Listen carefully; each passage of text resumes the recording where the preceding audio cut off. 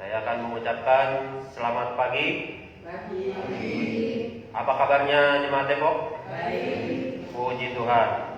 Kita mengucap syukur pada pagi hari ini.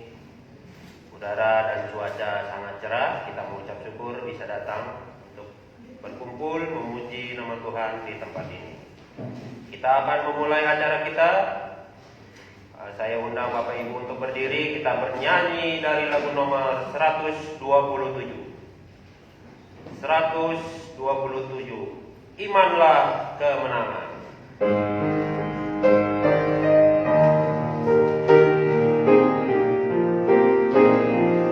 Yang pertama. Jalan kalah terang, hai Kristus bangkitlah, terus terang sebelum petang, gelap mengangkasa, lawan musuh yang di jurang, segenap kemenangan, dimana kemenangannya, kalahkan dunia.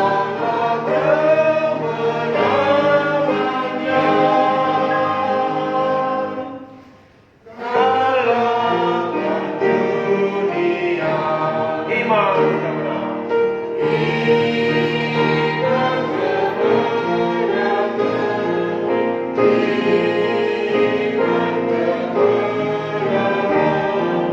Oh kemenangan mulia, kalahkan dunia. Yang kedua.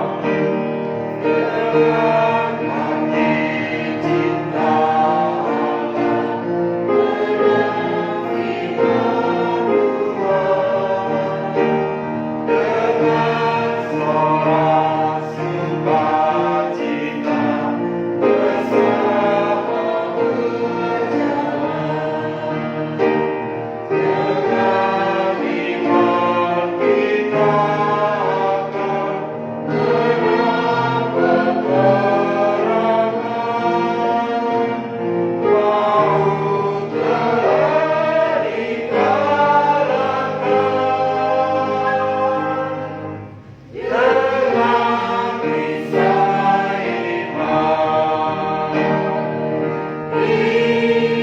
Iman kemenangan. Oh kemenangan mulia, kalahkan dunia. Ya Kak. Barang siapa menang dapat Tuhan bukti baru di hadapan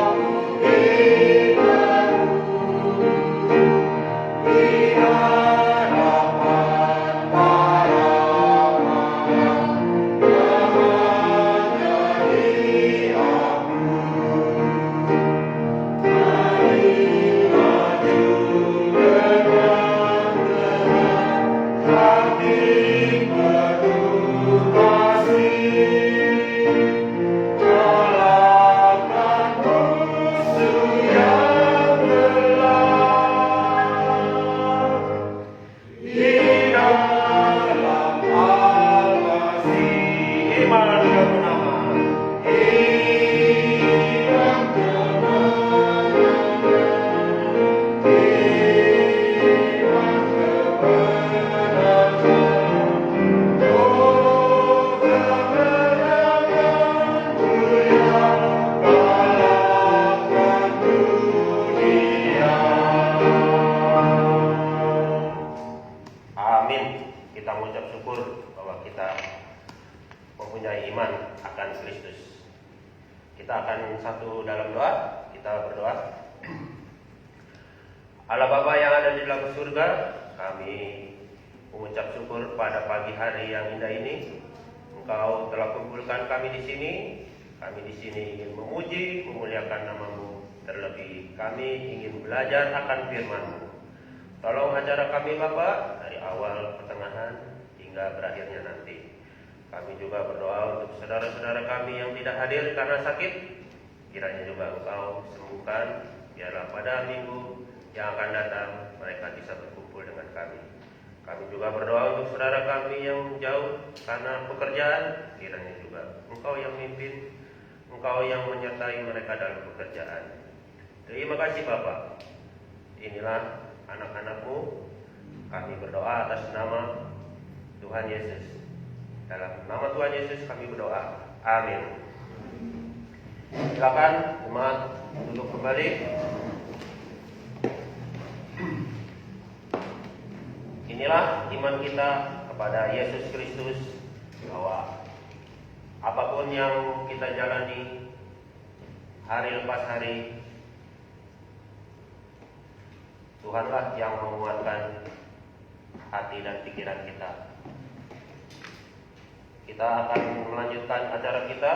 Kita akan masih bernyanyi. Sebelum pembacaan firman Tuhan, kita bernyanyi dari lagu nomor 357.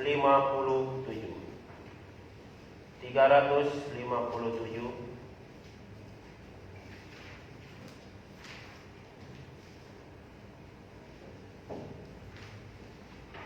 Ada pelangi di sana. Kita akan bernyanyi 1, 2, dan 3. 1, 2, dan 3. Ada pelangi di sana.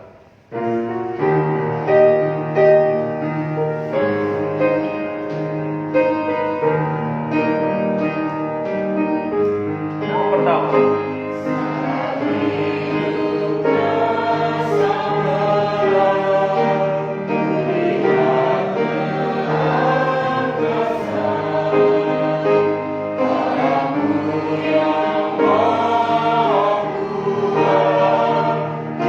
Indah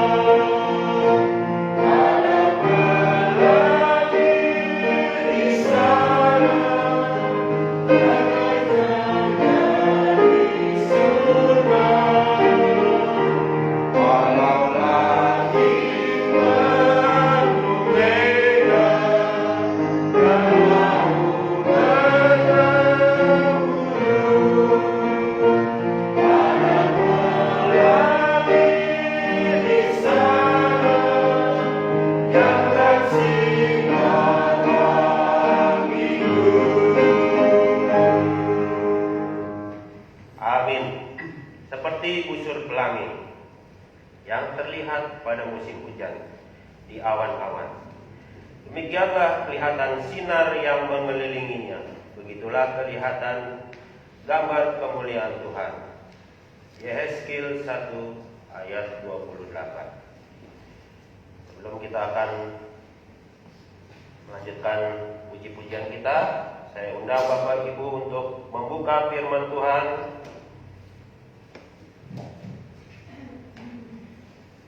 Kita akan membaca firman Tuhan di dalam Efesus 3.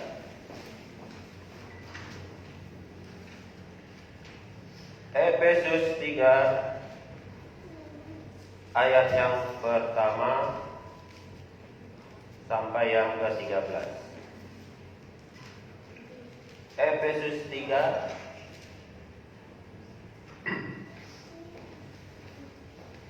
ayat pertama sampai yang ke-13. Cara membacanya silih berganti, saya ayat 1, Bapak Ibu Saudara sekalian ayat yang kedua, sampai kita habiskan ayat yang ke-13. Lembaga Alkitab memberi judul Rahasia Panggilan Orang-orang Bukan Yahudi. Itulah sebabnya aku ini, Paulus, orang yang dipenjarakan karena Kristus Yesus, untuk kamu orang-orang yang tidak mengenal Allah. Memang kamu telah mendengar tentang tugas penyelenggaraan kasih karunia Allah yang dipercayakan kepadaku karena kamu, yaitu bagaimana rahasia dinyatakan kepadaku dengan wahyu, seperti yang telah kutulis di atas dengan singkat.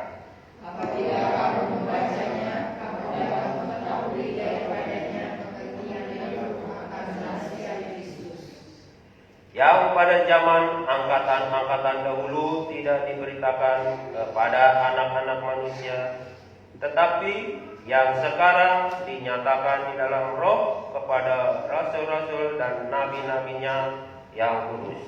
yaitu bahwa orang bukan Yahudi karena berita Injil turut menjadi ahli-ahli waris dan anggota tubuh dan bersekolah dalam menjadi yang diberikan dalam Kristus Yesus. Dalam Injil itu, aku telah menjadi pelayannya menurut pemberitaan kasih karunia Allah yang dianugerahkan kepadaku sesuai dengan pengerjaan kuasanya. Kepadaku yang paling hina dari atas segala orang kudus, telah Dia menggunakan kuasa karunia untuk memberitakan kepada orang-orang yang bukan Yahudi kepercayaan Kristus yang tidak tertutup, Dan untuk menyatakan apa isinya tugas penyelenggaraan rahasia yang telah berabad-abad tersembunyi di dalam Allah yang menciptakan segala sesuatu.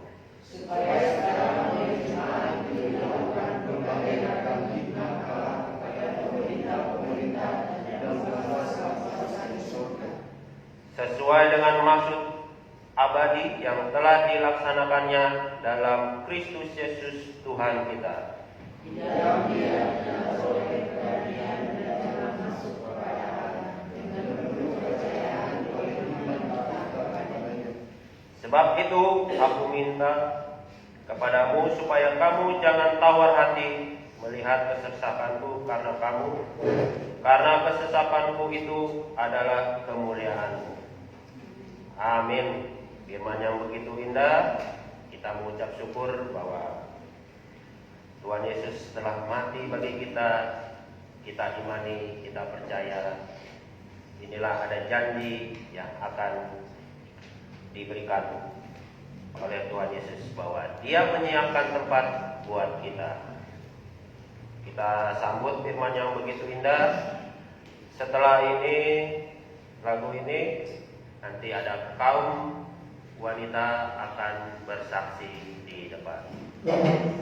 Sambil mempersiapkan, kita bernyanyi dari lagu nomor 414. 414, berdiri atas janji penebus.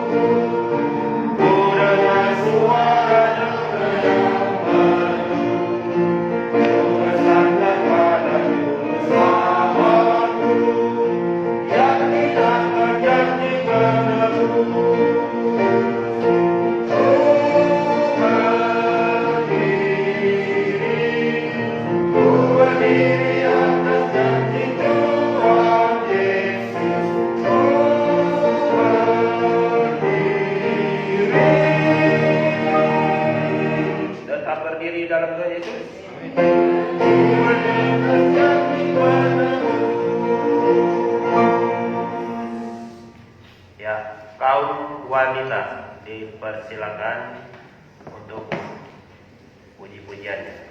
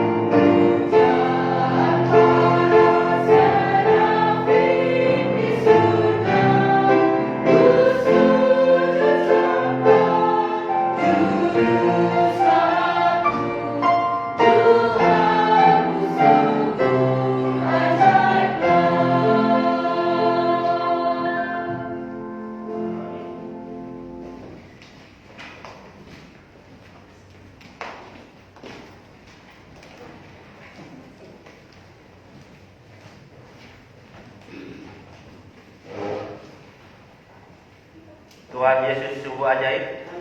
Nah, itulah yang dibawakan puji-pujian dari kaum wanita. Kita kaum pria sangat cemburu. Semangat lagi, tetap semangat. Nah, kita akan masuk ke acara berikut. Kita akan memberikan sedikit apa yang kita punya, kita berikan dengan sukacita. Nanti ada pundi-pundi akan dijalankan. Pundi-pundi dijalankan, kita sambil bernyanyi dari lagu nomor 409. 409. Nanti ayat kedua, petugas boleh menjalankan pundi-pundi. Antarkan masukan.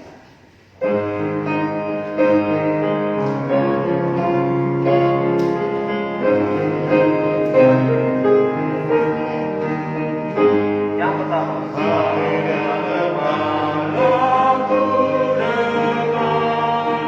dari tempat yang telah benar, Ia memanggil yang sesat, ada kembali dan selamat. Antarkan masukan dari dunia yang berdosa.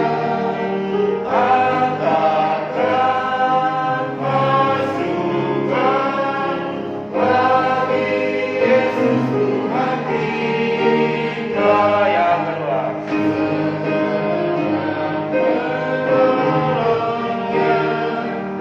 dan mencarikan doanya, sapanya bergembira,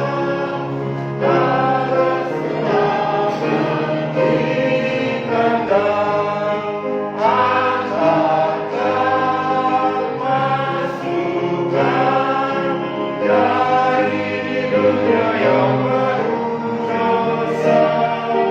Antarkan masukan bagi Yesus Tuhan kita. Ya, kita akan berdoa. Pimpin oleh Pak Bobi, silakan. Allah Bapa yang bertata di dalam surga, Yesus Kristus, Tuhan dan Juru Selamat kami. Sungguh kami mengucap syukur ya Tuhan, kami dapat berkumpul pada pagi hari ini dengan kesehatan yang baik ya Tuhan. Tuhan, pada pagi hari ini kami memberikan sedikit apa yang kami miliki. Kiranya guna untuk di tempat ini dan pelayanan kota Depok ini. Kita Tuhan berkati tangan-tangan yang memberikannya. Terima kasih Tuhan Yesus. Dengan di dalam tangan-Mu kami berdoa dan mengucap syukur. Amin. Amin. Jemaat Depok yang dikasih Tuhan, kita akan masuk ke acara berikut. Kita akan mempersiapkan hati dan pikiran kita untuk mendengar akan firman Tuhan. Ya, apa yang ditabur kita bisa aplikasikan dalam kehidupan kita sehari-hari. Biarlah Pak Mito juga menguraikannya dengan sederhana, bisa kami terima dengan akal budi kita. Sebelum kita masuk penguraian firman Tuhan, saya undang Bapak Ibu untuk berdiri. Kita bernyanyi dari lagu nomor 436.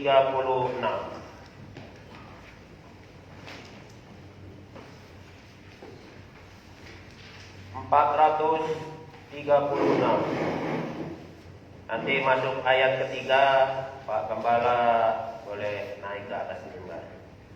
Jemaat Kudus.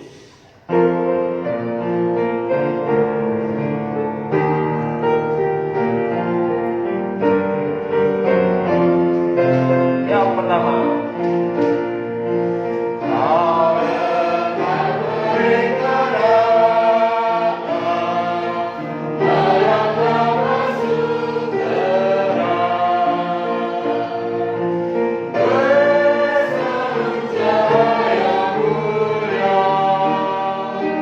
Suci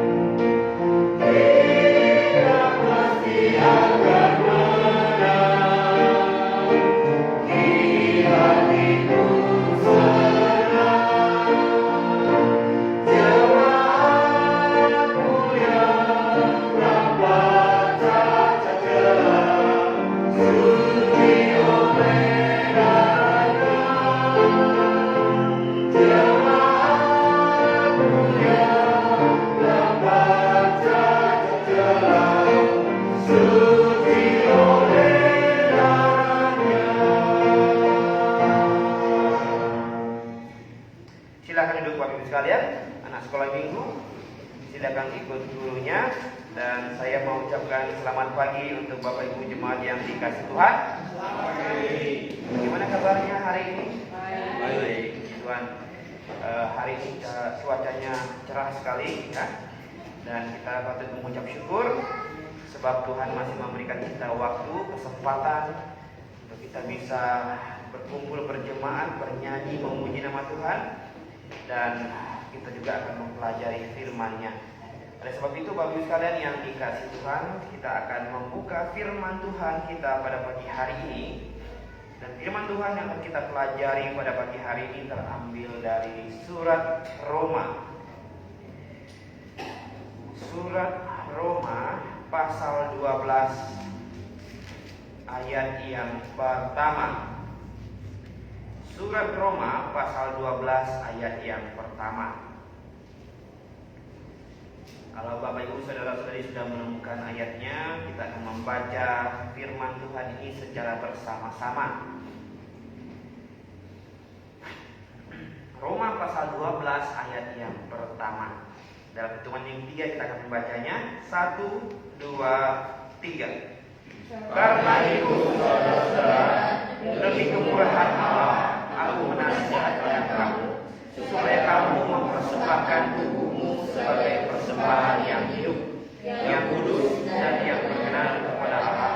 Itu adalah ibadahmu yang sejati. Mari kita berdoa. Bapa kami di surga, terima kasih Tuhan. Tibalah saatnya kami akan sama-sama mengisi kerohanian kami. Kami mau mempelajari firman-Mu. Berikan kami akal budi, hikmat, kebijaksanaan, bahkan fokus, sehingga kami bisa mengerti setiap firman yang kami baca, yang kami renungkan, bahkan yang kami pelajari bersama pada pagi hari ini. Dan sekiranya firman-Mu yang akan kami sama-sama pelajari bukan hanya kami dengar, tapi kami bisa tanamkan di dalam hati dan pikiran kami, dan menjadi alat kehidupan kami untuk kami terus bersinar sebagai orang-orang yang sudah percaya, sebagai orang-orang yang sudah Tuhan selamatkan, secara khusus sebagai jemaat Tuhan di kota Depok ini. Tolong kami Tuhan, agar kami mampu mengerti dengan baik setiap firman yang akan kami baca, kami pelajari pada pagi hari ini. Kami berdoa juga menyerahkan GBIA yang ada di seluruh Indonesia, yang hari ini juga melaksanakan acara berjemaat. Tuhan pimpin dan sertai mereka. Kami mau menyerahkan waktu pembelajaran firman Tuhan kami hanya di dalam nama Tuhan Yesus Kristus, Juru Selamat kami yang hidup. Kami berdoa. Amin. Bapak Ibu sekalian yang dikasihi Tuhan, saya yakin percaya Roma 12 ayat 1, ayat 2 adalah ayat firman Tuhan yang bahkan mungkin sudah sangat sering kita baca, kita renungkan. Tetapi pada pagi hari ini tidak ada salahnya kita akan melihat lagi, karena selalu ada pelajaran-pelajaran yang indah, selalu ada pelajaran-pelajaran berharga dari setiap firman Tuhan yang akan kita sama-sama renungkan di setiap saatnya. Nah, oleh sebab itu pada pagi hari ini saya mau mengajak kita merenungkan satu topik, yaitu persembahan yang baik untuk Tuhan. Persembahan yang baik untuk Tuhan. Saya akan bacakan sekali lagi untuk kita semua. Karena itu saudara-saudara, demi kemurahan Allah, aku menasehatkan kamu supaya kamu mempersembahkan tubuhmu, ya. Dan di bagian akhir dari ayat ini dikatakan bahwa itu adalah ibadahmu yang sejati. Oke. Ada banyak hal yang bisa kita pelajari hari ini dalam hal persembahan yang baik untuk Tuhan. Mungkin Bapak Ibu sekalian bertanya-tanya, apa sih persembahan yang baik untuk Tuhan? Mungkin saudara-saudari yang melihat live streaming kita juga bertanya, apa sih persembahan yang baik untuk Tuhan itu? Uangkah? Atau apa? Tetapi firman Tuhan di sini menekankan kepada kita bahwa persembahan yang baik itu adalah mempersembahkan tubuhmu. Bagaimana mempersembahkan tubuh ini? Bagaimana cara kita mempersembahkan tubuh kita ke Tuhan? Ini Tuhan, tubuh saya. Enggak seperti itu. Cara mempersembahkan tubuh kita yang baik kepada Tuhan adalah dengan menyerahkan seluruh hidup kita, seluruh aspek hidup kita. Dan kita berdoa kepada Tuhan, Tuhan, ini tubuh saya, pakailah, gunakanlah, terserah apa yang ingin Tuhan lakukan terhadap tubuh saya. Saya berikan, saya serahkan seluruhnya untuk Tuhan. Biarlah Tuhan yang mengendalikan semuanya. Nah, inilah cara kita mempersembahkan tubuh kita kepada Tuhan. Dan perhatikan, itu adalah ibadahmu yang sejati. Jadi kalau kita bicara hal lain lagi, apa itu ibadah? Ibadah kalau berdasarkan ayat ini berarti adalah bagaimana kita mempersembahkan hidup kita ini kepada Tuhan. Seluruh hidup kita ini kepada Tuhan. Itu bukan saja persembahan yang baik di mata Tuhan, tetapi juga adalah bentuk ibadah yang sejati saat ini. Ibadah yang benar saat ini. Oleh sebab itu GBIA Depok tidak menyebut hari Minggu itu ibadah. Sebab ibadah hari ini yang sejati adalah setiap orang percaya mempersembahkan seluruh aspek hidupnya kepada Tuhan. Membiarkan Tuhan bekerja dalam hidupnya, membiarkan Tuhan memperbaiki hidupnya, ya. Membiarkan Tuhan melakukan apa saja menggunakan tubuhnya, menggunakan tubuh kita ini sebagai alat yang indah di mata Tuhan. Itu yang disebut dengan ibadah di zaman perjanjian baru ini. Dan di bagian lain dari surat Paulus berkata, tubuhmu adalah bait Allah. Oleh sebab itu kita hari ini bilang bahwa tubuh kita ini adalah bait Allah. Roh Kudus tinggal di hati setiap orang percaya ketika orang tersebut bertobat dan percaya. Oleh sebab itu ibadah yang disebut dengan ibadah di masa perjanjian baru ini adalah tak kala kita menyerahkan seluruh hidup kita kepada Tuhan dan membiarkan Tuhan bekerja dalam hidup kita. Nah, itulah ibadah yang sejati. Bagi sekarang yang dikasih Tuhan, kita kembali persembahan yang terbaik untuk Tuhan. Paulus minta kepada jemaat orang-orang percaya, orang-orang Kristen di kota Roma, agar mereka mempersembahkan tubuh mereka, mempersembahkan hidup mereka. Kapan? Pertanyaannya, kapan kita mempersembahkan hidup kita ini kepada Tuhan? Ya, pada saat kita bertobat dan percaya, disitulah sebenarnya momen dimana kita setuju Yesus Kristus, ya, menanggung seluruh dosa kita, dan sekarang kita hidup bagi Dia. Jadi kita setuju seluruh dosa kita ditanggung oleh Yesus Kristus di atas kayu salib. Dan Yesus memberikan hidupnya kepada setiap orang yang percaya kepadanya. Sesuai Galatia 2 ayat 20 dikatakan bahwa Paulus berkata, namun aku hidup, tetapi bukan aku sendiri yang hidup, melainkan Kristus yang hidup di dalam aku. Jadi hidup yang kita hidupi setelah atau pada saat kita bertobat dan percaya sampai dengan hari ini adalah hidup kita yang kita sudah serahkan kepada Tuhan. Tukar posisi. Seharusnya kita yang disalibkan karena kita orang berdosa, karena kita yang berbuat salah, karena kita yang melanggar firman Tuhan. Tetapi Tuhan Yesus Kristus rela menggantikan kita agar kita semua diselamatkan. Nah, oleh sebab itu hari ini bagaimana setiap kita mempergunakan hidup kita ini dengan semaksimal mungkin, sebaik-baik mungkin untuk Tuhan. Karena hidup ini milik Tuhan hari ini.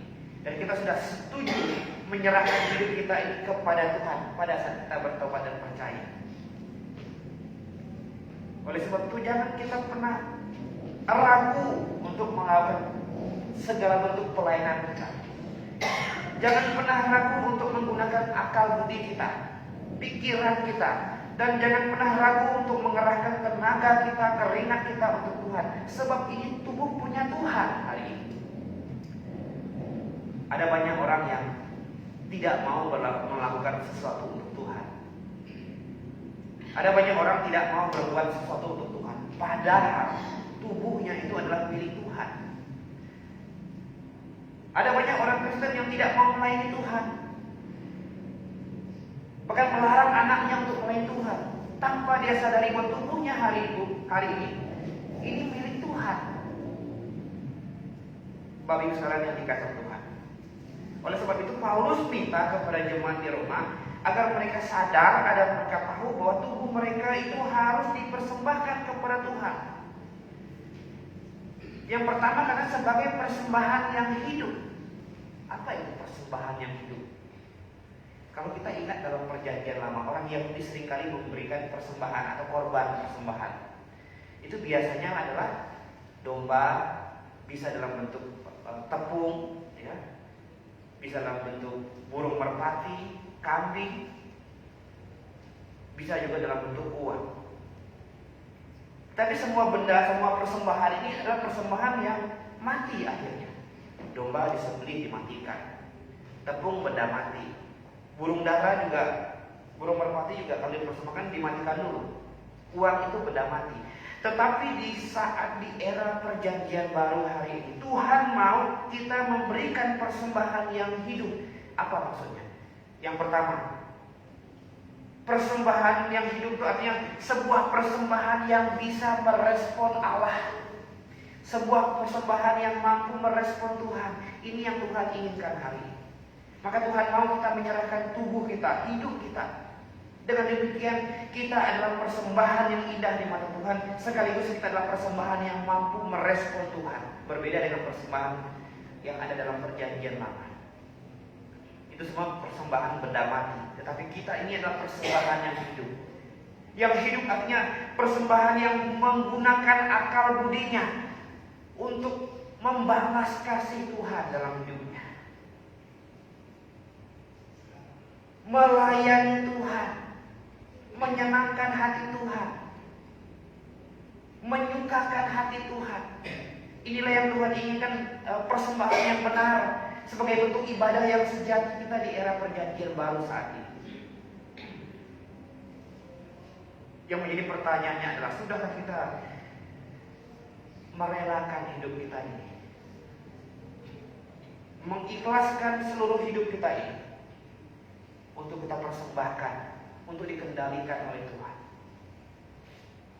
Atau kita belum sepenuh hati mempersembahkan tubuh kita ini kepada Tuhan? Masih setengah-setengah. Bapak Ibu sekalian yang dikasihi Tuhan, kalau orang kasih sesuatu, ya kasihlah sepenuhnya, jangan tanggung-tanggung. Sama seperti ketika kita memberikan hidup kita ini kepada Tuhan. Bila perlu kita bilang, Tuhan mau bikin apa saja dalam hidup saya, silakan. Dan memang itulah kewajiban sebagai manusia yang diciptakan Tuhan, ciptaan Tuhan. Kita tidak bisa komplain, tidak bisa protes terhadap pencipta. Yang bisa kita lakukan adalah melakukan apa saja yang diperintahkan oleh pencipta. Kan itu begitu yang harusnya terjadi. Nah, bagi sekalian yang dikasihi Tuhan, persembahkanlah hidupmu, ya, tubuhmu sebagai persembahan yang hidup. Persembahan perjanjian baru hari ini bukan persembahan yang mati, persembahan yang hidup. Tuhan ingin kita menggunakan hidup kita ini, menggunakan seluruh tubuh kita ini untuk Tuhan. Itu yang disebut dengan persembahan yang hidup, untuk memuliakan Tuhan, ya. Rajin untuk Tuhan, suka mempelajari firman Tuhan. Nah, inilah persembahan yang Tuhan suka. Karena persembahan ini bukan sekedar persembahan, adalah bentuk ibadah kita pada hari ini. Nah, hari Minggu itu bukan ibadah, itu adalah acara berkumpulnya orang-orang yang sudah diselamatkan dalam suatu wadah yang disebut jemaah. Kalau orang tanya sama saya, Pak, Bapak tempat ibadahnya di mana? Tempat ibadah saya di sini. Ini tempat ibadah saya. Karena Tuhan bilang tubuhmu adalah bait Allah. Dan ketika kita bertobat dan percaya, Efesus 1:13 berkata, kamu dimateraikan, kita langsung dimateraikan oleh Roh Kudus. Roh Kudus disimpan di dalam hati kita. Makanya kita diminta untuk menjaga tubuh kita ini sebaik-baiknya, sebab tubuhmu adalah bait Roh Kudus, Tuhan bilang. Firman Tuhan bilang. Jadi kalau ada orang tanya sama Bapak Ibu sekalian, Bapak, Pak, Bu, di mana tempat ibadahnya? Ah, di sini. Lalu gereja itu apa? Itu bukan tempat ibadah. Sebab ibadah di era perjanjian baru ini adalah ibadah yang bersifat rohani, hakikat. Bukanlah ibadah yang dibatasi oleh tempat. Kalau di era perjanjian lama betul, mereka punya tempat ibadah, namanya Bait Allah. Sebelum ada Bait Allah namanya Kemah Suci.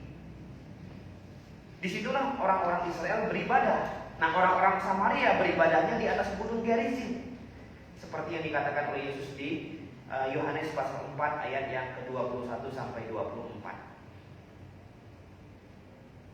Mereka tidak boleh menyembah Tuhan di tempat sembarangan. Tuhan sudah atur harus di Bait Allah.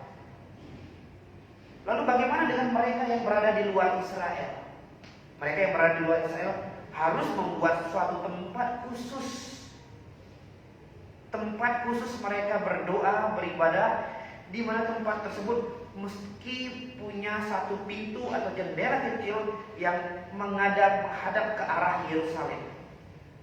Itu kalau mereka berada di luar Israel, seperti yang dilakukan Daniel di Persia.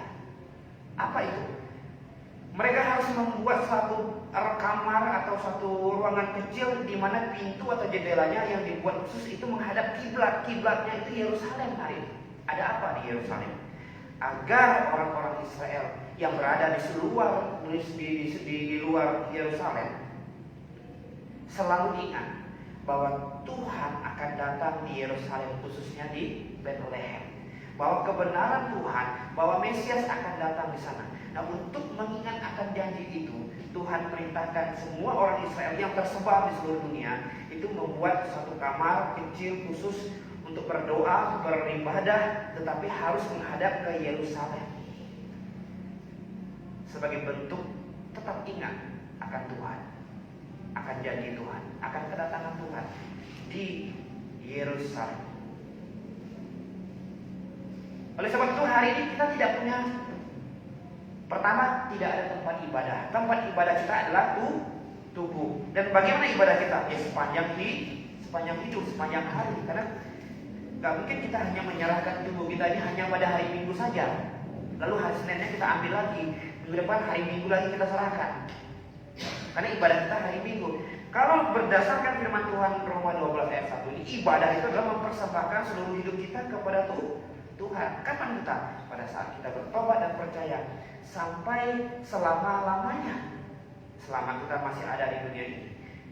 Selama itulah kita menaruh dan menyerahkan hidup kita untuk Tuhan. Dan selama itulah ibadah kita di dalam tubuh kita ini, badan kita ini adalah Bait Allah. Ya. Orang Kristen Alkitabiah Perjanjian Baru tidak punya tempat ibadah. Ini namanya gedung pertemuan. Tempat kita bernyanyi, latihan nyanyi, tempat kita baca Alkitab, tempat kita belajar Alkitab. Ini bukan tempat ibadah. Selain ibadah dalam Perjanjian Baru tidak punya tempat, sebab tempatnya adalah hidup tubuh kita ini, juga tidak dibatasi oleh waktu. Makanya kita bilang hari Minggu itu bukan hari ibadah, sebab ibadah kita sepanjang hari. Selaras dengan kita mempersembahkan hidup kita juga sepanjang hari. Dan tidak pernah kita tarik-tarik lagi itu persembahan kita ini. Itu sebabnya kita tidak punya waktu khusus untuk beribadah. Tidak punya waktu khusus untuk berdoa. Di mana saja kita bisa berdoa. Di rumah, di gereja, di kamar, di jalan raya juga tidak ada halangannya begitu untuk berdoa. Dan berdoa tidak wajib, tidak harus tutup mata. Ada saatnya kita tutup mata, seperti tadi kita berdoa di jemaat, kita tutup mata. Seperti ketika kita berdoa di kamar, kita tutup mata. Tetapi ketika kita ada di jalan raya, kita berdoa jangan tutup mata. Nanti konyol jadinya. Baru tutup mata nabrak. Ya berdoa saja, Tuhan, hari ini saya sedang menuju ke mana? Tolong sertai, tolong pimpin agar perjalanan saya selamat sampai di tujuan. Amin. Karena ibadah hari ini adalah ibadah yang bersifat rohani, tidak tergantung waktu hari ini. Kapan saja. Makanya kalau kita lihat dalam firman Tuhan, Dikatakan tetaplah berdoa. 1 Tesalonika pasal 5 ayat 17. Apa maksud tetaplah berdoa? Di dalam bahasa aslinya dan bahasa Inggrisnya itu mengandung makna berdoa terus menerus. Ya, berdoa terus menerus. Berdoa senantiasa. Artinya tidak ada waktu-waktu tertentu di mana kita harus berdoa. Berdoa di setiap waktu bisa. Karena berdoa tidak tergantung waktu, juga tidak tergantung tempat. Selain tidak tergantung waktu, tidak tergantung tempat, ibadah dalam perjanjian baru hari ini adalah tidak tergantung postur tubuh, cara dan sebagainya. Dulu waktu masih kecil saya ingat guru sekolah dulu saya ajarkan, kalau berdoa harus begini ya, harus begini, harus begini. Ya kan? Oke, ada waktunya kita memang harus, kita bisa begini, seperti tadi. Kita boleh bisa begini, tapi tidak harus begini. Begini juga nggak apa-apa. Karena yang berbicara bukan ininya, tetapi hati kita, bukan ininya. Lantas di jalan raya sedang nyetir mobil, sedang bawa motor, bagaimana? Masa begini? Kayak orang freestyle kita nanti naik motor lepas tangan, naik mobil freestyle tanpa megang setir mobil, itu berbahaya. Makanya jangan pernah ajarkan kepada anak-anak sekolah minggu bilang berdoa harus begini anak-anak ya, nggak harus. Kalau harus begini kasihan mereka yang memiliki keterbatasan fisik. Kalau harus begini, yang penting adalah bagaimana menunjukkan hati kita ini kepada Tuhan. Makanya ibadah dalam perjanjian baru tidak tergantung oleh tempat. Kita tidak punya tempat ibadah. Kalau orang tanya tempat ibadah kita, nah ini tempat ibadah saya. Makanya kita diminta untuk menjaga tubuh kita. Ya. Tidak tergantung oleh waktu. Kita tidak ada waktu khusus. Kalau orang Israel pagi, siang, dan petang mereka datang ke Bait Allah, berdoa mempersembahkan korban kepada Allah 3 kali sehari. Kalau kita bisa puluhan kali sehari, itu enggak? Pagi saja kita bisa berdoa kapan saja, betul enggak?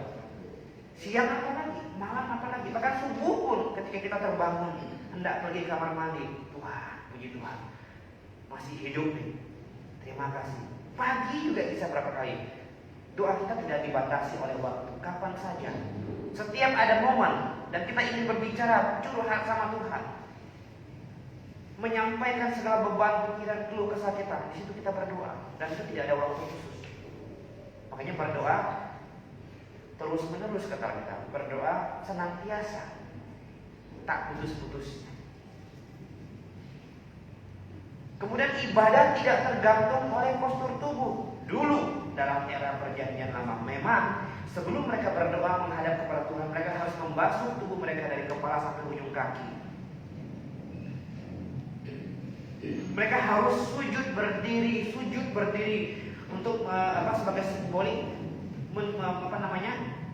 menaruh perhatian atau memberikan perhatian kita, kerendahan hati kita kepada Tuhan dengan kita sujud kepada Tuhan seperti itu. Dulu zaman era perjanjian lama dulu memang seperti itu. Tetapi di era perjanjian baru tidak lagi seperti itu. Tidak lagi seperti itu. Karena yang penting hari ini bukan lagi berdasarkan postur tubuh, melainkan berdasarkan hati. Ibadah dalam perjanjian lama adalah ibadah yang bersifat simbolik, jasmaniah, dan ritualistik. Makanya banyak ritualistik dalam perjanjian lama. Ibadah dalam perjanjian baru adalah ibadah di dalam roh dan kebenaran. Apa maksudnya? Banyak orang salah menafsirkan ibadah dalam roh berarti kita harus berbicara kepada Tuhan dengan bahasa roh. Salah. Ibadah secara rohani. Kalau ibadah dalam perjanjian lama ibadah secara jasmani. Makanya sebelum masuk ke Bait Allah, mereka harus membersihkan tubuh mereka sampai jangan sampai ada sedikit kotoran, lalu masuk ke Bait Allah dan berdoa. Tetapi hari ini kita tidak perlu dan tidak harus mandi datang ke gereja. Yang penting rapi, bersih, ya kan? Kemudian kita datang ke gereja, berdoa, bernyanyi, memuji nama Tuhan. Kalau dulu nggak boleh, bisa dimatikan kita. Karena yang dituntut adalah suci secara jasmani selain hati. Tetapi hari ini Tuhan mau melihat hati kita, ibadah kita pun secara rohani. Kemudian disertai dengan kebenaran, di dalam roh dan kebenaran. Nah, hari ini ada di tangan kita ada Alkitab. Alkitab ini adalah kebenaran. Oleh sebab itu setiap apapun yang kita lakukan di dalam gereja tidak boleh menyimpang dari Alkitab. Jenis lagu yang kita pakai untuk memuji Tuhan itu harusnya berbeda dengan jenis lagu yang dunia pakai. Praktek-praktek di dalam gereja itu tidak boleh ya diadopsi dari cara-cara dunia ini, harus berbeda. Harus berbeda.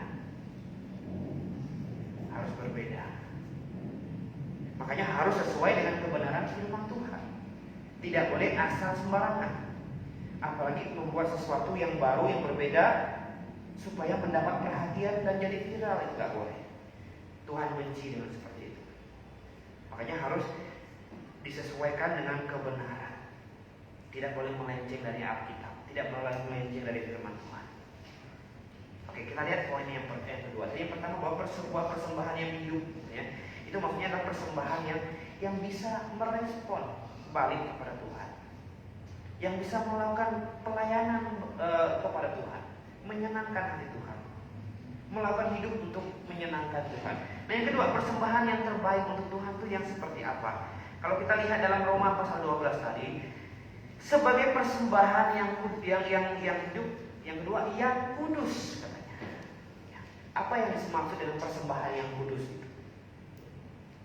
Kudus itu tidak semata-mata berarti suci, bersih. Bukan. Kudus itu berarti dipisahkan, terpisah dari dunia. Diambil untuk dipisahkan dari dunia. Nah, persembahan yang kudus maksudnya adalah sebuah persembahan yang kita berikan secara spesial, yang berbeda dari persembahan-persembahan pada umumnya, yaitu hidup kita. Ini persembahan yang super berbeda. Mempersembahkan hidup kita. Persembahan yang sangat indah di mata Tuhan. Melayani Tuhan itu persembahan yang indah di mata Tuhan. Ya. Makanya disebut dengan persembahan yang kudus. Persembahan yang dispesialkan secara khusus untuk Tuhan, yaitu hidup kita. Hidup ini. Ya. Bapak Ibu sekalian yang dikasihi Tuhan. Ya. Ada banyak orang salah melakukan berbagai macam hal di dalam gereja. Ketika dia mau mempersembahkan sesuatu, dia berdoa untuk sesuatu yang akan dia persembahkan supaya persembahannya itu suci gitu. Nah, kembali di era perjanjian lama kembali. Saya membuat clear bahwa persembahan yang diberikan kepada Tuhan di bait Allah memang harus diseleksi. Kalau binatang tidak boleh binatang yang cacat. Kalau benda tidak boleh benda yang rusak. Pokoknya secara jasmaninya tampilan luarnya itu harus bersih, harus bagus. Binatangnya pun yang terbaik, yang terbaik. Tetapi di dalam era perjanjian baru ini, sistem ibadahnya lagi-lagi sudah berbeda. Sudah berbeda. Apapun yang kamu hendak memberikan kepada Tuhan, ya, di dalam surat Korintus bilang berikanlah secara sungguh-sungguh dari dalam hati. Apalagi kalau berhubungan dengan hidup kita ini. Jangan kasih separuh-separuh Tuhan. Jangan kasih separuh-separuh. Jangan tanggung-tanggung mempersembahkan hidup ini untuk Tuhan. Berikan semuanya. Biarkan Tuhan yang bertindak. Karena apapun rencana Tuhan di dalam hidup kita, itu pastilah rencana yang terbaik. Karena apapun planning Tuhan yang hendak Tuhan ingin kita lakukan, itu pastilah planning yang terbaik. Kita boleh-boleh saja merencanakan sesuatu bagus, karena tidak ada yang salah. Sebab kita ini punya kehendak bebas. Tetapi jangan sampai planning kita itu berbeda dengan planning Tuhan, berbeda dengan waktu Tuhan, berbeda dengan keinginan Tuhan. Dan justru planning kita itu ujung-ujungnya tidak menyenangkan hati Tuhan. Hari ini banyak orang yang minta Tuhan paksa untuk setuju dengan apa yang dia lakukan. Pokoknya ini Tuhan, pokoknya harus ini Tuhan, tolong berkati, Tuhan tolong sertai. Kenapa dipaksa Tuhannya? Kenapa tidak dibuat terbaik? Tuhan, saya punya rencana seperti ini. Kira-kira yang berkenan kepada Tuhan atau tidak? Kalau sekiranya berkenan, tolong Tuhan bantu. Kalau sekiranya tidak, Tuhan, kiranya yang terbaik saja di mata Tuhan. Bapak Ibu sekalian yang dikasihi Tuhan, ada juga orang Kristen yang diajarkan untuk ketika berdoa katanya. Kalau kamu berdoa, minta sesuatu itu mesti detail. Minta mobil warna apa, misalnya warna merah, mereknya apa, suspensinya gimana, ya, ukurannya berapa, harganya yang berapa, mesti detail sama Tuhan. Tapi kalau kita pikir-pikir kok Tuhan seperti orang yang tidak ngerti gitu loh dibuat mereka. Kenapa harus sampai sedetail itu? Kalau minta pasangan, contohnya laki-laki, Tuhan tolong rambutnya yang panjang, kalau bisa sepinggang, yang badannya tingginya sekitar 170 misalnya. Kemudian yang punya mesti detail,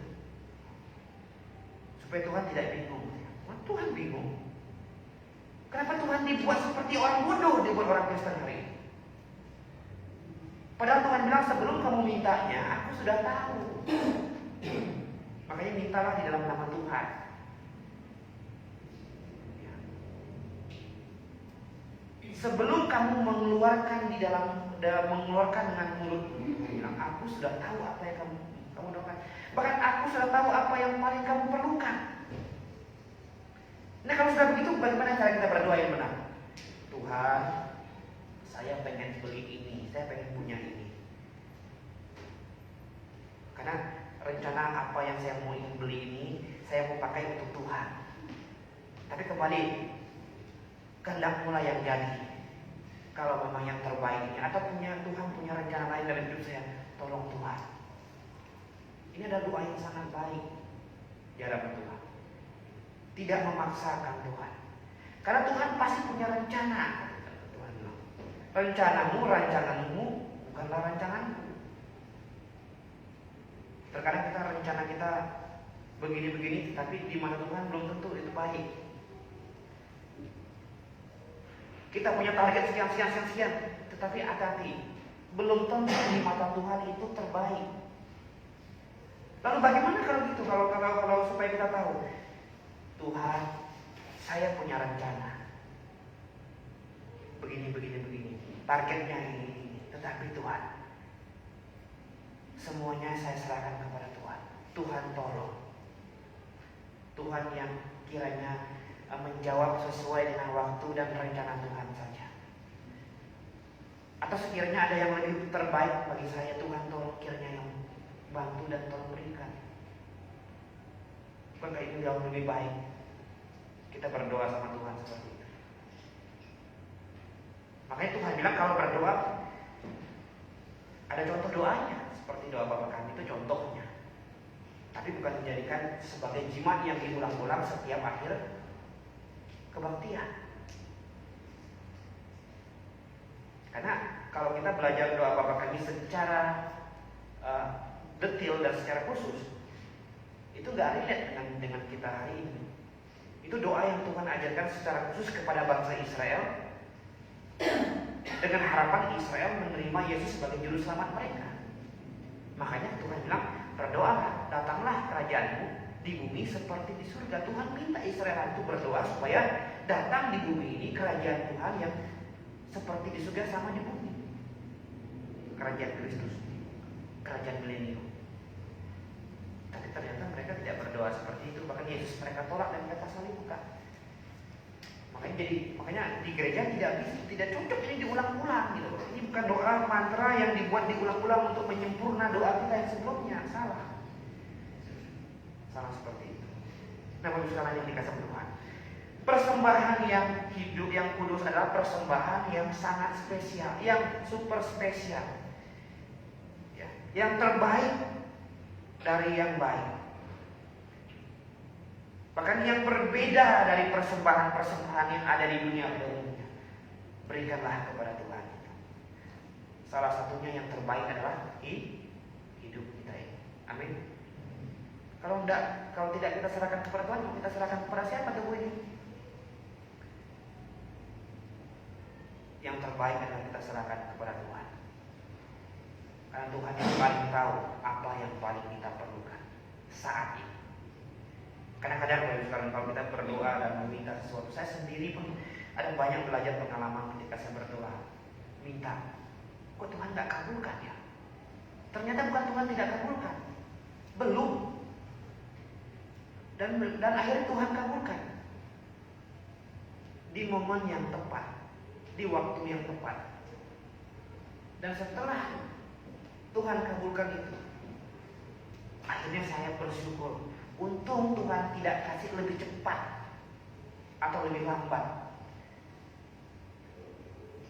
Dan Tuhan kasihnya tepat pada waktunya. Baru sekali dikasih Tuhan. Itu terkadang rasanya bersyukur sama Tuhan. Tuhan terima kasih. Seandainya saja Tuhan kasih ini lebih cepat daripada yang Tuhan sudah tentukan. Pastinya ini benda atau sesuatu ini pasti kurang bermanfaat atau tidak terlalu mengena di hati. Tapi kalau pemberian itu, doa itu Tuhan jawab sesuai dan tepat pada waktu di mana kita benar-benar memerlukannya. Disitulah hal itu bisa menjadi sesuatu yang sangat super berharga di dalam hidup kita. Bapak sekalian yang dikasihi Tuhan, kita lihat lagi kembali ke persembahan yang terbaik untuk Tuhan. Persembahan yang terbaik untuk Tuhan adalah persembahan yang bisa merespon Tuhan, ya, persembahan yang hidup. Itu persembahan yang bisa merespon balik kepada Tuhan. Yang kedua, persembahan yang kudus adalah persembahan yang super spesial dari kita, yang berbeda dari persembahan dunia ini. Dan yang ketiga, persembahan yang berkenan kepada Allah. Berkenan berarti persembahan yang menyenangkan Tuhan. Ya, jadi persembahan yang ketiga, yang persembahan yang terbaik adalah sebuah persembahan yang membuat hati Tuhan itu bersuka cita. Banyak orang bilang, wah Tuhan kok minta begini, Tuhan perlu duit ya, sehingga kita harus mengumpulkan persembahan. Bukan Tuhan perlu duit, kita yang butuh duit. Ketika kita memberikan persembahan, toh tidak kita transfer ke Tuhan kan? Tapi Tuhan minta dikelola dengan baik, supaya pelayanan bisa jalan dengan baik, supaya gedung pertemuan bisa digunakan dengan baik, supaya penginjilan bisa berjalan dengan baik, dan semua aktivitas rohani dalam sebuah tubuh Tuhan itu tercukupi dengan baik. Itu yang Tuhan mau. Tetapi kita memberikannya dalam nama Tuhan. Dalam nama Tuhan. Nah, oleh sebab itu persembahannya harus persembahan yang berkenan di hadapan Tuhan.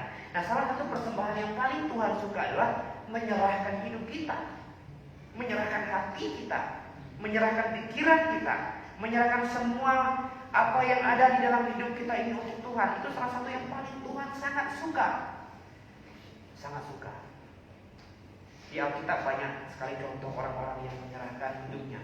Kalau hari ini Bang mendedikasikan hidupnya untuk Tuhan, bahkan merelakan kebahagiaan das duniawinya untuk Tuhan.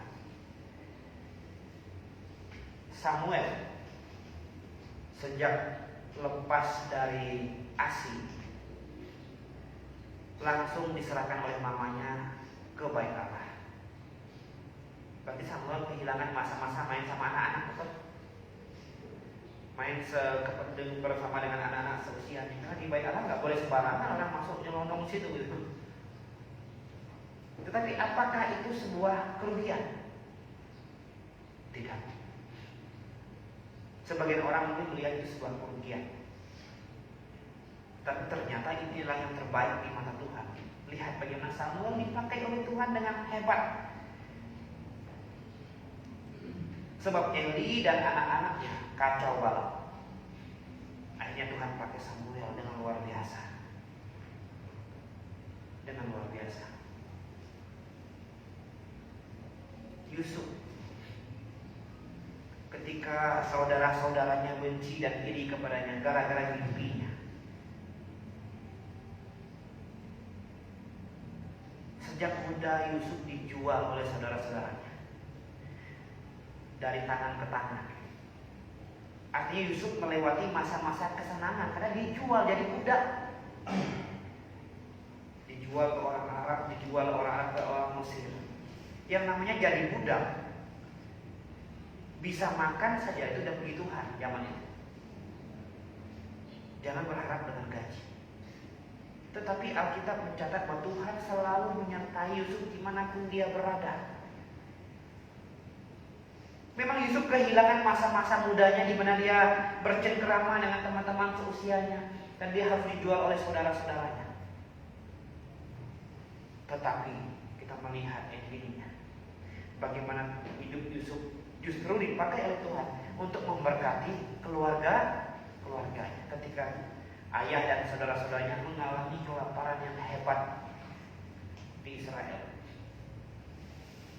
Yusuflah yang membantu mereka sehingga mereka bisa hidup dan tidak mengalami yang namanya kelaparan, dan diboyong ke Mesir dan beranak cucu bertambah banyak di Mesir sampai jumlahnya luar biasa banyak dan hampir mengalahkan jumlah orang-orang Mesir di sana, yang membuat Firaun jadi ketakutan. Akhirnya Tuhan bawa mereka keluar tanpa saudara-saudaranya sadari hal itu.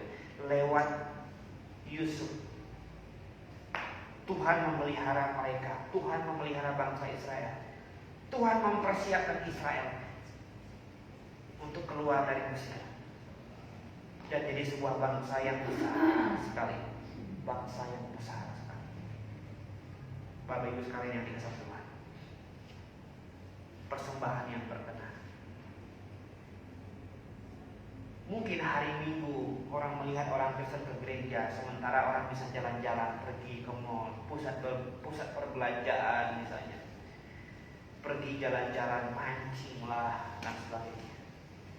Sementara kita ke gereja, orang akan lihat, sayang sekali, melewatkan masa-masa di mana waktu untuk jalan-jalan.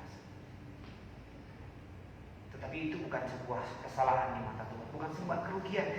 Justru dengan adanya kita di sebuah gereja, di tempat ini misalnya, kita mengorbankan waktu dan kesenangan kita untuk mendapatkan sesuatu dan kesenangan yang jauh lebih besar daripada apa yang kita korbankan.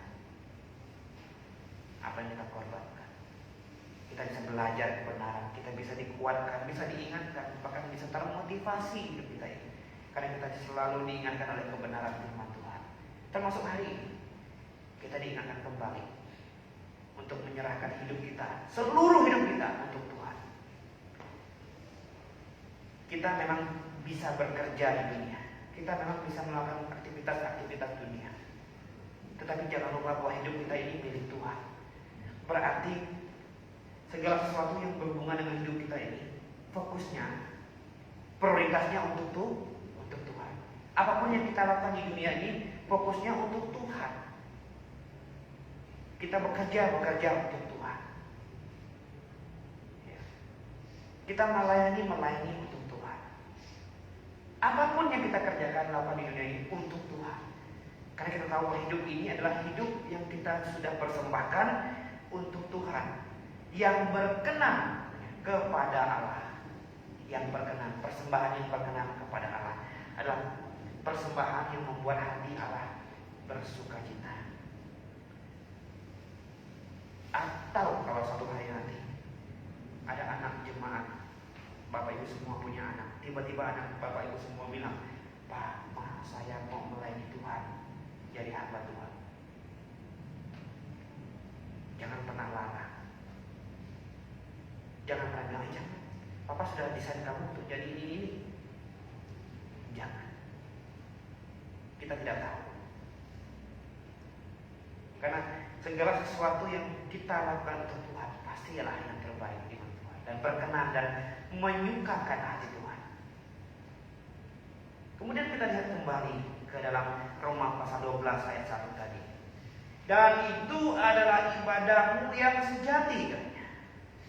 Yang kedua, ayat 2, janganlah kamu serupa dengan dunia ini.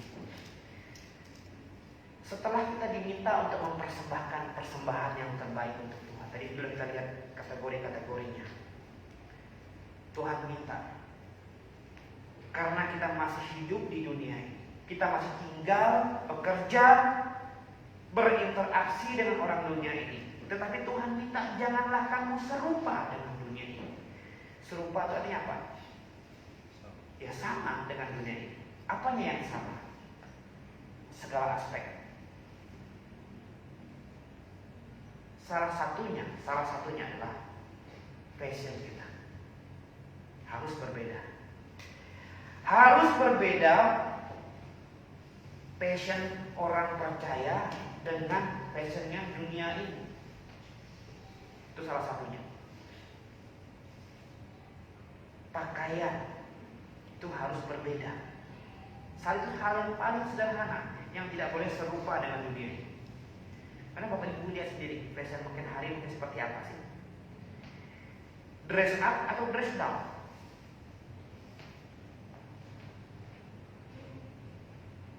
Saya melihat semakin hari semakin dress down, bukan dress up. Secara khusus untuk kaum wanita. Secara khusus untuk kaum wanita harus berbeda dengan cara dunia ini berfashion. Apalagi yang jangan serupa dengan dunia ini? Motivasi. Salah satunya motivasi. Apa sih motivasi kita di dunia ini? Orang percaya jelas melayani Tuhan, menyenangkan Tuhan sampai dengan Tuhan panggil balik kita. Panggil balik kita. Menyerahkan fokus kita, motivasi kita untuk Tuhan, bukan untuk dunia. Tapi bagaimana apakah kita masih hidup di dunia? Oh iya, hidup di dunia, kita bilang bukan berarti kita harus sama semua dengan dunia. Kita diberikan akal budi, kehendak bebas, cara berpikir. Jangan sampai kita berpikir seperti dengan dunia, cara dunia berpikir. Lihat hari ini dunia berpikir seperti apa. Orang-orang dirangsang, dimotivasi untuk sukses hidup nyaman di dunia ini. Ada berbagai macam banyak trading, forex. Ada banyak berbagai macam bisnis yang ditawarkan, baik offline maupun online. Ada banyak sekali tawaran-tawaran ini dan itu semuanya. Intinya semua ini adalah sebuah usaha supaya hidup nyaman, terpelihara di dunia ini. Ingat baru sekalian, Alkitab sudah kasih tahu kita bahwa dunia ini tidak selamanya ada. Sebab nanti akan diganti dengan langit baru dan bumi yang baru. Makanya Tuhan bilang, janganlah simpan hartamu di dunia, tapi simpanlah di surga. Di dunia katanya ngengat dan karat merusaknya. Pencuri mengambilnya.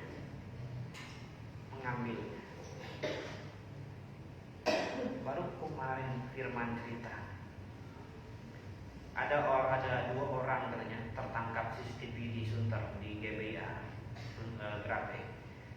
Bongkar tempat simpan duit yang disimpan di depan WC toilet Grape itu yang bawah parkiran. Itu kan ada kayak sedikit etalase kecil yang mau kasih bantuan untuk kebersihan, silakan masukkan uang di situ. Ada 2 orang tertangkap kamera, bongkar itu, dibawa ke dalam toilet, dibongkar dalam toilet. Untung sebagian besar sudah diambil, sisanya uang receh-receh. Akhirnya mereka tidak jadi ambil karena terlalu kecil hal dan terlalu sulit membongkarnya mungkin. Akhirnya tidak jadi. Baru sekarang yang dikasih Tuhan. ada banyak sekali kejahatan pencurian yang muncul di televisi. Ya. Itu sesuai dengan firman Tuhan bilang bahwa pencuri datang untuk mengambilnya. Nah, akan sangat tergantung motivasi kita, di mana kita meletakkan harta kita, di dunia atau kita di surga. Ingat, ini sama sekali tidak mengajarkan bahwa kita tidak boleh punya uang, ya. Boleh. Punya uang banyak, boleh nggak Pak orang Kristen kaya? Boleh, justru orang Kristen kaya bisa dukung pelayanan, bisa support pelayanan. Tetapi bukan hidup untuk menjadi kaya raya. Kaya punya duit itu bonus itu loh. Itu bonus untuk kita bisa melayani itu Tuhan. Ya, jadi jangan kamu serupa dengan dunia ini, tetapi berubahlah oleh pembaharuan budi. Bagaimana kita bisa melakukan pembaharuan budi? Ketika kita bertobat dan percaya, Roh Kudus diberikan sebagai mantra yang di dalam hati kita. Nah, Roh Kudus inilah yang setiap hari senantiasa selalu mengingatkan kita untuk apa? Jangan, rajin belajar Alkitab, rajin baca Alkitab, nggak boleh begini, nggak boleh gitu. Bekerja bisa lewat hati nurani kita, bisa lewat hati nurani kita, bisa lewat pikiran-pikiran yang baik kita, agar supaya kita jangan sampai lupa dengan fokus utama kita. Jangan serupa dengan dunia ini, tetapi berubahlah oleh pembaharuan budimu. Ketika pembaharuan budi ini berubah, katanya, kita bisa membedakan mana kehendak Allah. Apa kehendak Allah yang pertama, yang paling utama Bapak Ibu sekalian? Kita pernah bahas. Apa kehendak Tuhan yang paling utama dalam hidup kita? Apa? Coba buka di Yohanes pasal 6 ayat 29. Yohanes pasal 6 ayat 29.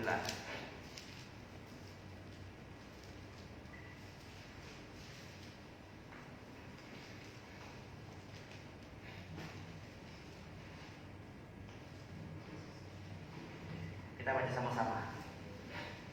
Yohanes 6 ayat 29. 1, 2, 3.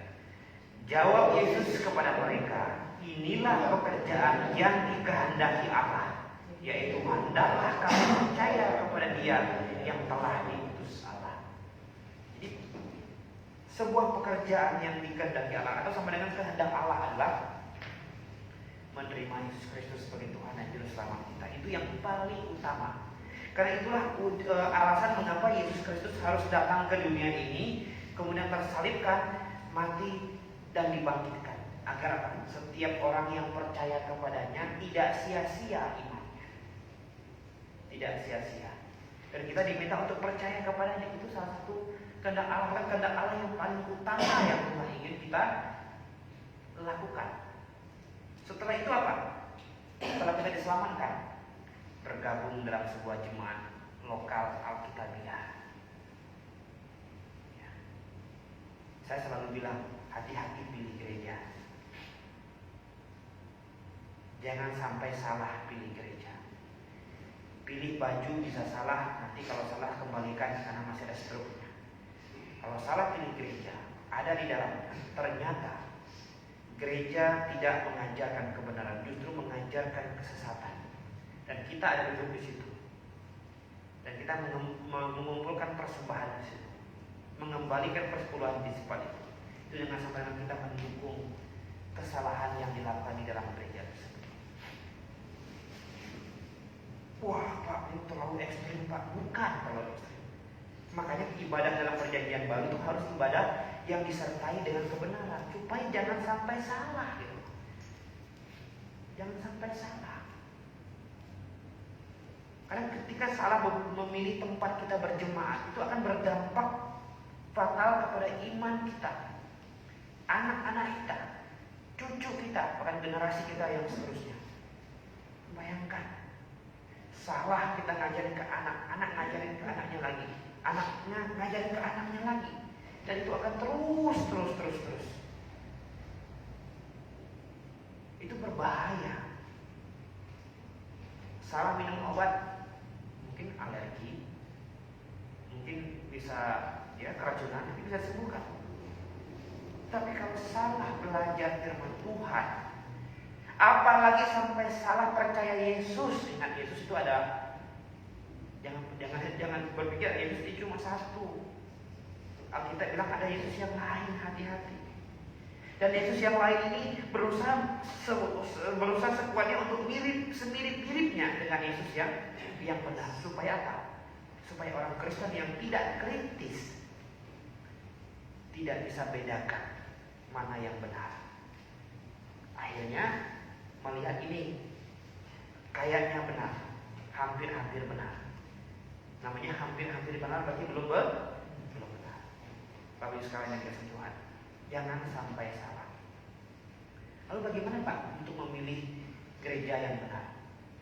Lihat dari pengajarannya, bukan lihat dari judulnya, bukan lihat dari AC-nya, bukan lihat dari aktivitas-aktivitas gerejanya, bukan lihat dari seperti mewahnya gerejanya.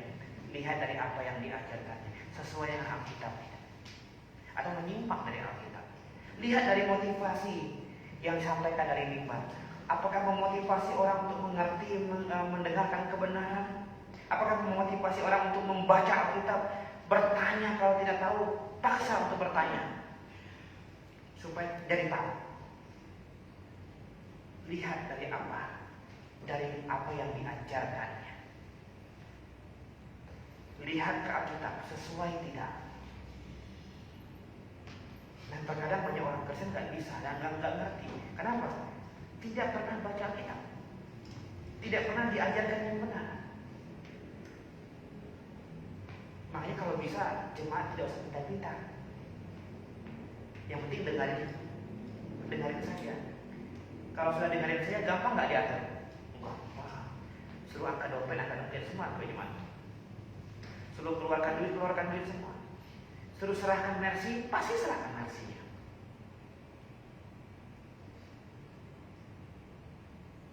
Saya pernah cerita, Bu Hedi pernah cerita ke saya. Dia ada masuk ke satu tempat di mana satu ketika di mana pendetanya minta semua anggota jemaatnya untuk angkat dompetnya dan keluarkan isi di dalamnya. Masukkan ke dalam kantong persembahan dengan iming-iming, berikan yang terbaik untuk Tuhan, ya. Jangan lihat, berikan setulus-tulusnya untuk Tuhan. Dikeluarkan dompet semuanya, pulang nggak ada ongkos. Bukan itu cara memberi yang terbaik untuk Tuhan, bukan itu. Tuhan mengajarkan kita untuk tetap menggunakan akal budi. Kasihilah Tuhan Allahmu dengan segenap hati, betul, segenap jiwa, betul, tapi harus juga disertai dengan akal budi. Bukan mengasihi yang tanpa akal budi. Biasanya Yesus yang lain yang menjadi seperti itu. Kalau Yesus yang Alkitabiah, yang benar, yang selalu membuat jemaat orang percaya, jemaat Alkitabiah itu selalu awas, selalu menggunakan akal budi, ya, selalu mendengarkan apa yang diucapkan, disampaikan dari yang baik, sesuai tidak dengan Alkitab, cocokkan dengan Alkitab. Itu yang Tuhan mau. Supaya kamu katanya bisa membedakan mana kehendak Allah. Saya pernah beberapa kali ketemu orang Kristen bilang, Bapak, saya ini mau cari kehendak Allah. Ya di mana ya Pak? Saya bilang, kehendak Allah semuanya ada di Alkitab. Jangan cari kehendak Allah di luar Alkitab, kamu akan ketemu kehendak Allah yang lain nanti. Kehendak Allah semuanya tertera di dalam kitab. Kehendak Allah itu sama dengan segala sesuatu yang Tuhan mau kita lakukan. Dan segala sesuatu yang Tuhan mau agar kita tidak lakukan, semuanya ada di dalam firman-Nya. Makanya harus bisa mempelajarinya. Kalau di jemaat kita di sini kan kadang-kadang dipaksa jemaat untuk bertanya, betul nggak? Ada pertanyaan, bagus sekali ada pertanyaan. Dia misalnya nggak ada pertanyaan. Kalau gitu saya yang balik pertanyaan, nanti mulai satu tanya tuh biasanya. Daripada ditanya Pak Gembala, mending tanya-tanya. Ya, kenapa? Dipaksa untuk bertanya. Ada nggak yang benar begitu? Habis kebaktian misalnya, jangan pulang dulu jemaat. Coba tanya segala sesuatu yang berhubungan dengan khotbah tadi. Silakan tanya sepuas-puasnya. saya belum pernah ketemu ada gereja yang seperti GBIA. Jujur, saya sudah masuk berbagai macam merek gereja dulu. Tidak pernah dan tidak ada satupun gereja yang minta jemaatnya untuk bertanya sepuas-puasnya yang berhubungan dengan khotbah yang baru bisa disampaikan, ataupun yang segala sesuatu yang berhubungan dengan Alkitab. Saya belum pernah ketemu. Bila perlu, gak usah bertanya, dengarin aja. Ini hamba yang diurapi oleh Tuhan, pasti benar. Sehingga jemaatnya gak berani bertanya. Padahal tujuan adanya jemaat lokal ini adalah, coba kita buka Matius ya, pasal 28. Apa sih sebenarnya fungsi dari gereja ini gitu? Matius pasal 28 ya.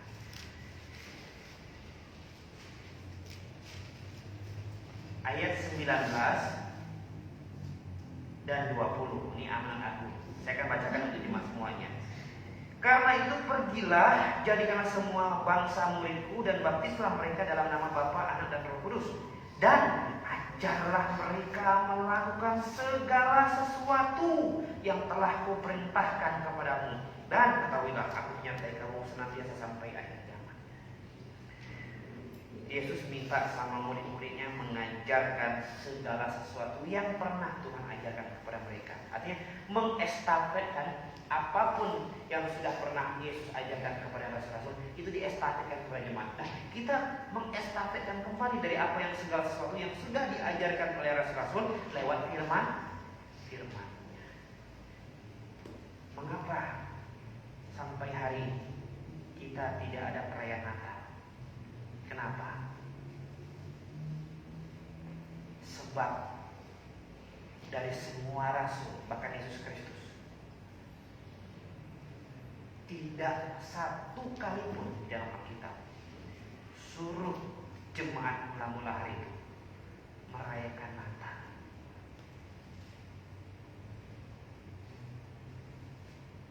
Tidak satu pun. Dan tidak ada satupun kata Yesus Kristus dalam Alkitab suruh murid-muridnya ingat tentang kelahirannya. Kalau ada, kasih tahu saya. Justru sebaliknya, Yesus ajarkan murid-muridnya dan minta kepada murid-muridnya ajarkan selanjutnya kepada orang-orang percaya untuk ingat kematiannya. Makanya kita ada peringatan penyaliban Yesus Kristus. Juga bukan Paskah. Paskah itu berbeda dengan penyaliban. Nanti di akhir kebaktian kalau mau tanya silakan tanya. Itu berbeda dengan penyaliban Yesus Kristus. Paskah itu adalah momen peristiwa di mana keluarnya Israel dari tanah Mesir.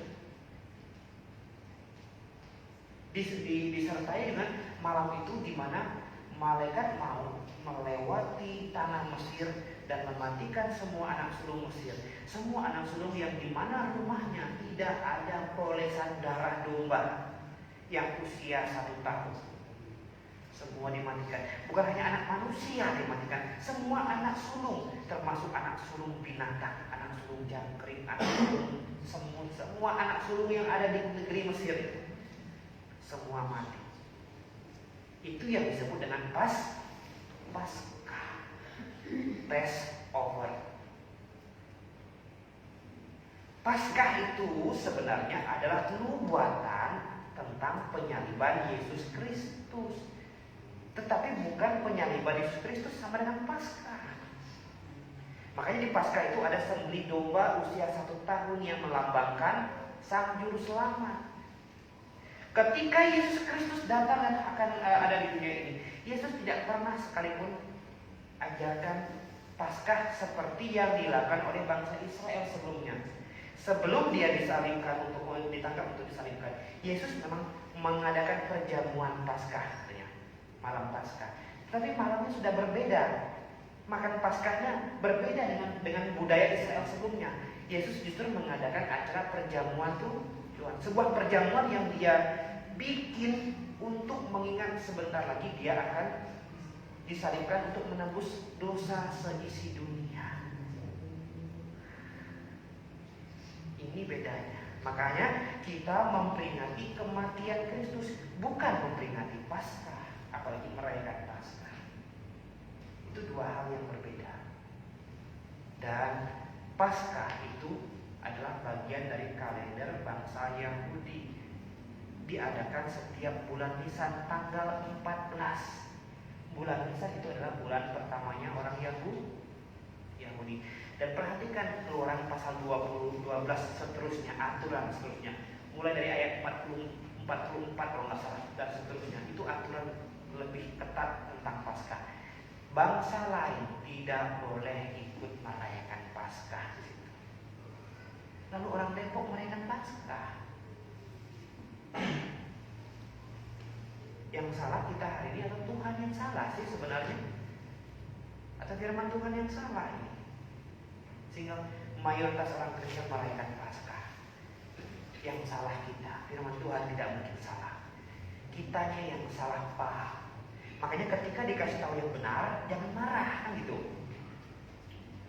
Cari tahu, selidiki, sesuai enggak? Kalau sesuai ya apa salahnya kita ikuti. Saya pernah ceritakan waktu tahun 2015 kalau nggak salah itu ketika saya dikasih kesempatan untuk setiap bulannya khotbah di sebuah perkumpulan ekumene di Perumahan Puri Depok Mas. Wah, Januari, Februari, enggak bulan Januari itu. Dari bulan berapa itu? Dari bulan November, Desember, Januari, Februari, Maret itu aman, damai, sejahtera sampai bulan April ya. Ketua panitianya yang adalah Pak Leo Tambunan hari itu kasih temanya Paskah. Kebetulan sekretarisnya ada Pak Farid yang adalah jemaat kita hari itu. Saya panggil dia. Sebentar Pak Farid. Ini nggak salah kasih topik? Enggak Pak. Ini sudah jadi persetujuan seluruh anggota sini. Oke, Pak Farid tahu konsekuensinya? Saya bilang tahu Pak. Sampaikan saja apa yang harus disampaikan. Benar saya bilang. Saya tidak mungkin mengurangi rasa pedas dan rasa asinnya firman Tuhan dan tajamnya. Saya bilang Paskah itu salah. Orang Kristen tidak boleh merayakan Paskah. Dengan segala penjelasan yang super terperinci. Jadi hari itu bukan khotbah saya. Hari itu seperti orang ngeles. Ya, ngeles. Ngajarin kayak di kelas begitu. Ada satu bapak yang usia saat itu 70 tahun. Gak tahu beliau hari ini masih ada atau enggak. Mukanya merah seperti menahan sesuatu. Setelah selesai kita belajar, senang ada yang mau bertanya. Saya mau bertanya, ini bagaimana? Bapak bilang kalau Paskah itu salah dan Paskah hari ini itu sesat. Sementara saya sudah 70 tahun ya, merayakan Paskah. Malam hari ini baru saya dengar Bapak bilang salah. Apa-apaan? Dia pergi tidak makan. Saya bilang sama yang masih hadir itu, kenapa mesti marah? Saya bilang, kenapa tidak dicek di Alkitab? Salahnya di mana? Saya ambil aturan Paskah yang barusan saya sebut tadi, seperti coba kita buka Keluaran. Nanti Bapak Ibu semua masih kasih tahu orang ya, apa yang sudah Bapak Ibu semua ketahui. Keluaran pasal 12. Ya, Keluaran pasal 12. Mulai ayat 43 sampai ayat 51. Ketetapan lebih lanjut mengenai Paskah, judul yang diberikan oleh Ella itu. Ayat 43-nya. Berfirmanlah Tuhan kepada Musa dan Harun, inilah ketetapan mengenai Paskah. Tidak seorang pun dari bangsa asing boleh memakannya. Ini bangsa di luar bangsa Yahudi. Tidak boleh ikut memakannya. Seorang budak belian barulah boleh memakannya setelah engkau menyunatkan dia. Berarti sunat ini adalah tanda seorang bergabung dengan bangsa Yahudi. Jadi masuk ke anggotaan bangsa Yahudi gitu. Seorang pendatang dan orang upahan tidak boleh makan. Dia memakan Paskah itu harus dimakan dalam satu rumah juga. Tidak boleh kau bawa sedikit pun dari daging itu keluar rumah. Satu tulang pun tidak boleh kau patahkan. Itu sama seperti Tuhan Yesus di atas kayu salib, tidak dipatahkan. Kalau penyamun lain dipatahkan kakinya, kalau Yesus tidak dipatahkan. tapi untuk memastikannya dia ditombak lagi. Ya, ayat 47. Segenap jemaat Israel harus merayakannya. Perhatikan garis bawahi harus. Yang harus siapa? Jemaat Israel, bukan bangsa lain. Ayat 48. Tetapi apabila seorang asing telah menetap padamu dan mau merayakan Paskah bagi Tuhan, maka setiap laki-laki yang bersama-sama dengan dia wajiblah disunat. Maksudnya harus jadi warga Israel dulu, baru boleh ikut acara Paskah ini dan seterusnya dan seterusnya. Ya. Bagus sekali yang dikasih Tuhan. Apa kita harus disunat semua dulu? Yang laki-laki baru ikut. Dan Paskah sebenarnya yang sesuai dengan Alkitab itu sudah tidak ada lagi, karena Paskah itu adalah bagian dari hari apa? Hari raya. Bahkan hari raya yang tidak boleh tidak dilakukan oleh bangsa Israel itu. Sementara kalau kita buka di dalam Kolose pasal 16 dan 17. Coba kita buka yuk. Kolose pasal 2 ayat 16 dan 17. Ya. Kolose 16 dan pasal 2. Kolose pasal 2 ayat 16 dan 17. Karena itu janganlah kamu biarkan orang menghukum kamu mengenai makanan, minuman, atau mengenai hari raya, atau bulan baru, ataupun hari Sabat. Perhatikan bulan baru dan hari raya dan bulan baru. Paskah itu jatuh pada bulan Nisan tanggal 14. Jadi bulan itu benar-benar harus dijaga dan harus dipelihara oleh bangsa Israel. Tidak boleh tidak, jangan sampai lupa ini momen ini. Dan itu dijadikan sebuah hari raya tanggal 14 Nisan, hari raya Paskah. Nah, perhatikan ayat 17-nya. Sebab semuanya ini yang mana? Yang tadi makanan, minuman, hari raya, bulan baru, hari Sabat. Hanyalah bayangan dari apa yang harus datang, sedang wujudnya adalah Kristus. Nah, pertanyaan adalah Kristus sudah datang belum hari ini? Sudah. Kalau gitu kita fokus yang mana? Fokus Kristusnya. Lalu bagaimana dengan tadi makanan minuman? Semuanya bisa dimakan. Kalau hukumnya hari ini halal, tidak ada yang haram. Sisanya yang tinggal adalah berguna atau membuat kita diperhamba oleh sesuatu itu. Ini saja hukumnya hari ini. Kalau nggak berguna jangan dimakan. Kalau kira-kira bisa membuat kita jadi adiktif, jangan dimakan. Ya. Kemudian tidak ada lagi hari raya.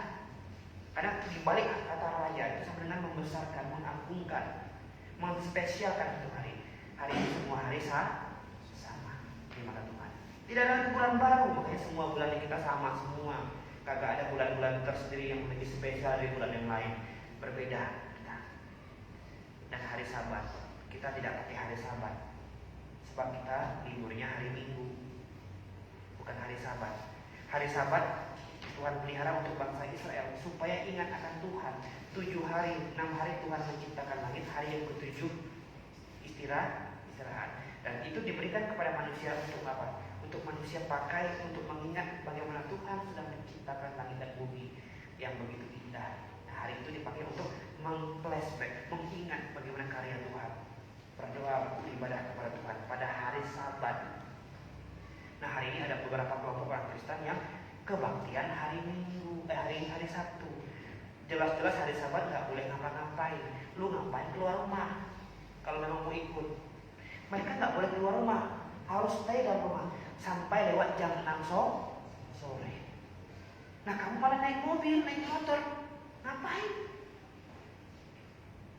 Kacau banget, karena tidak disertai dengan kebenaran.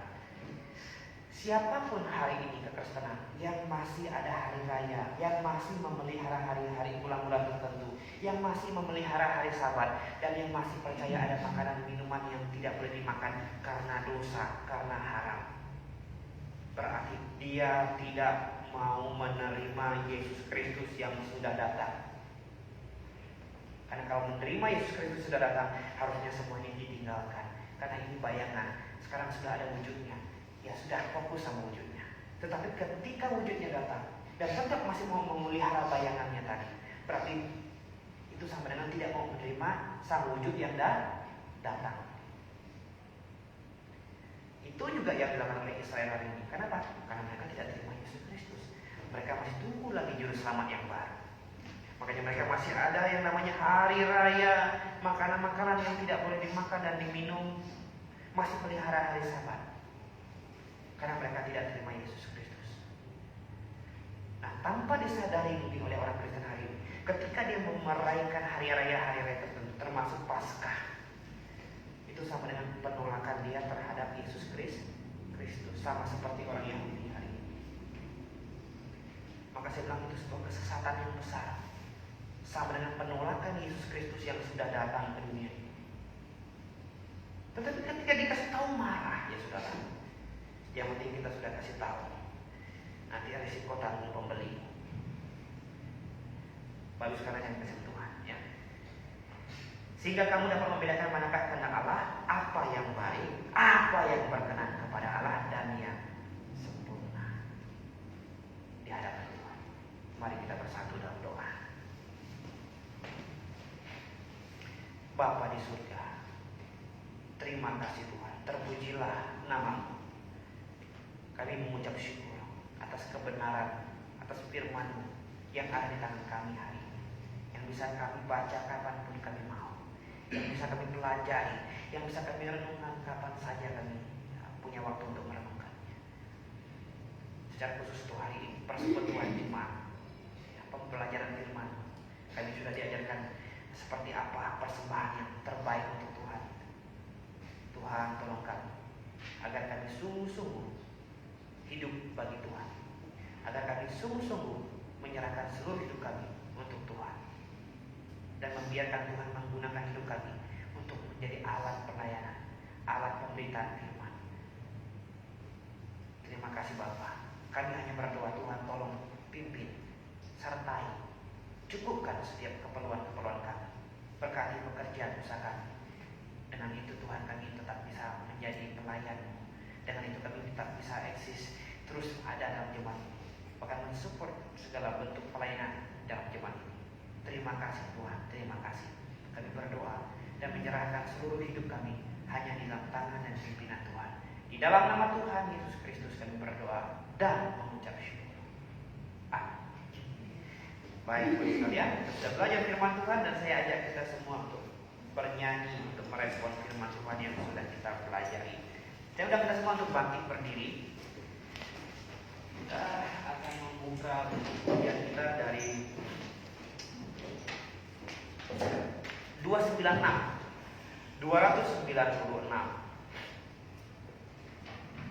Lagu yang sangat indah tentunya, ya.